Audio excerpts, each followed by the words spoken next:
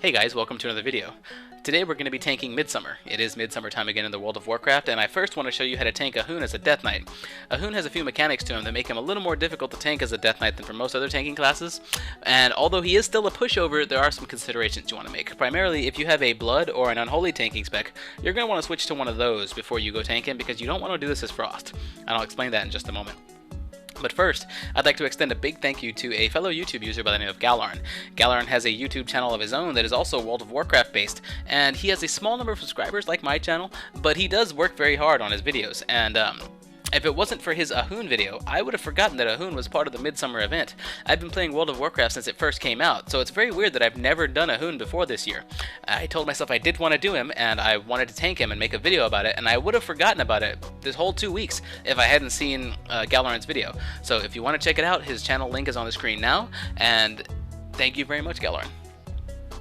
When you first enter the instance, there's going to be a Naga off to the left side. The Naga is guarding that crystal. Kill the Naga because the crystal is your objective.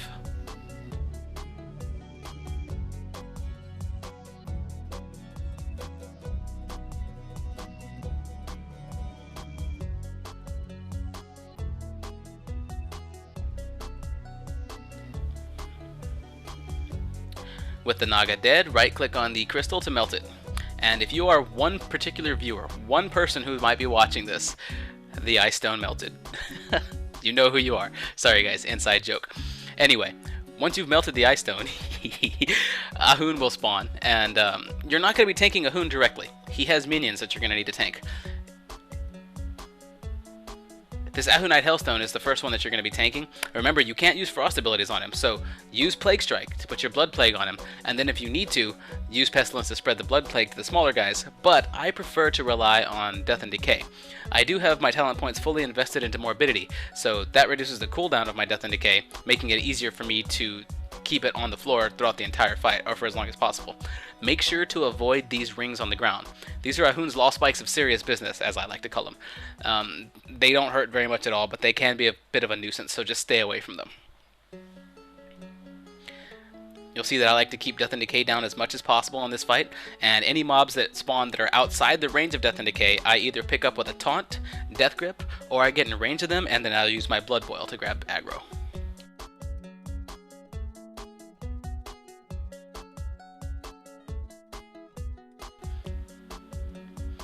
You'll continue this for, I believe it's about 45 seconds to a minute.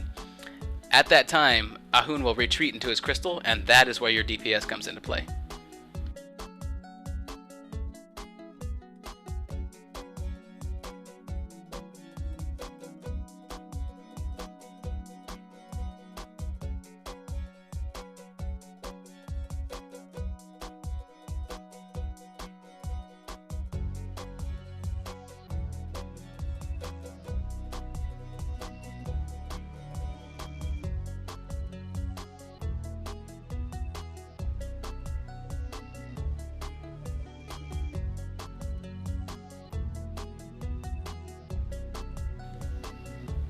When you see the raid warning that Ahun retreats, you're going to approach the crystal, switch to Blood Presence so you have more damage, and summon up your Army of the Dead. You'll notice our recount, my recount add-on down there shows our party has very low DPS for a level 80 party.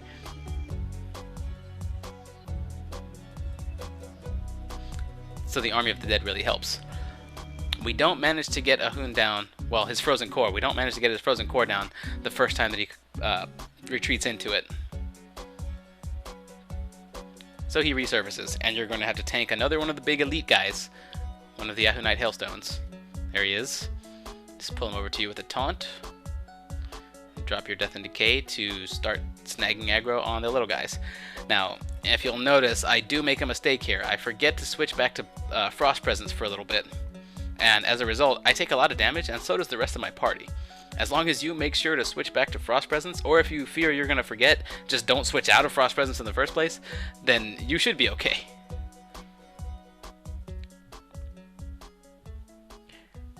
He seems to summon up more adds more often in his second phase. Well, the second time that he comes up. So keep that in mind. Most of the groups that you're going to run into, though, will most likely take him down very quickly because more people are going to be doing more than, 2.5k DPS.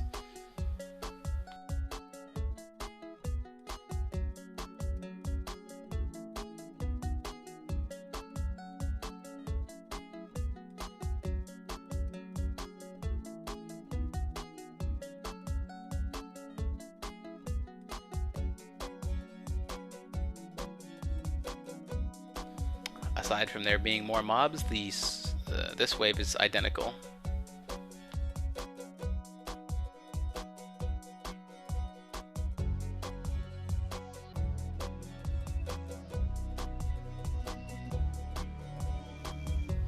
This time, instead of switching over to Blood Presence because the crystal is nearly dead anyway, I stay in Frost Presence and just tank the small guys. I do put Blood Plague on one of them and spread the disease to the Frost Core, to the Frozen Core, so that I'm also dealing damage to that as well.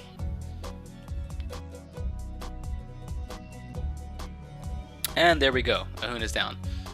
He'll drop this treasure chest, which will have a cloak in it, and if it's their first time doing it, then there will also be a quest item that you can use. It starts a quest, and the quest giver is the quest turn-in is actually right there in that room, so don't leave immediately after you loot the chest. You'll also get a satchel that goes in your bag, and that's where you'll receive your frost badges. The satchel also has a chance to drop another item of a different type, like a vanity pet. There's also a scythe, a spell casting scythe, a few other items as well. But Midsummer is not only for level 80s. Here we see Anton. Midsummer has these ribbon pulls that will grant you an experience buff. So my little level 38 paladin is going to join in on the festivities. See that ribbon pull there? If you right click on it, you'll start doing the ribbon dance.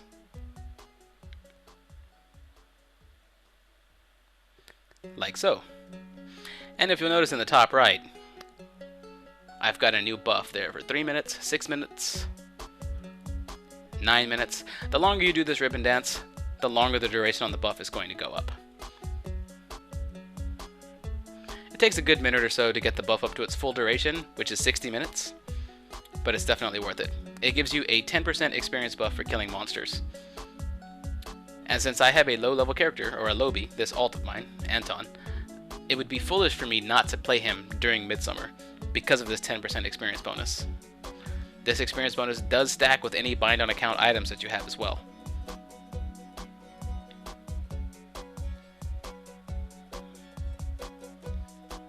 There we go. 60-minute duration. Now it's time to hop into a dungeon.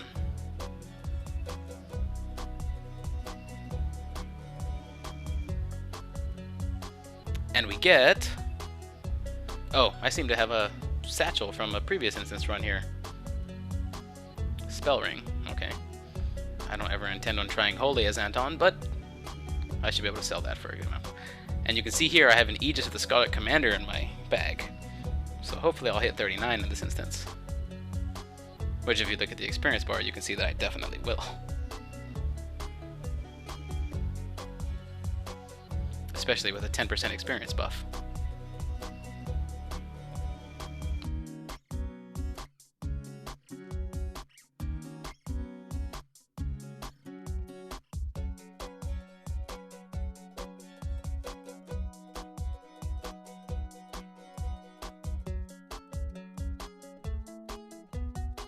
Everyone's buffed and ready to go.